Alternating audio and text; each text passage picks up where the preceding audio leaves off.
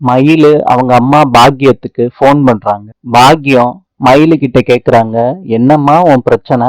அம்மா, நான் படிச்சுட்டு எதுக்கு வீட்ல சும்மா இருக்கணும், நீயும் வேலைக்கு போன்னு மாமா சொல்றாங்கம்மா. மயிலு, எதுக்குடி பதற? 2 நாள் கழிச்சு பாரு, சொன்னத அவங்களே மறந்துருவாங்க.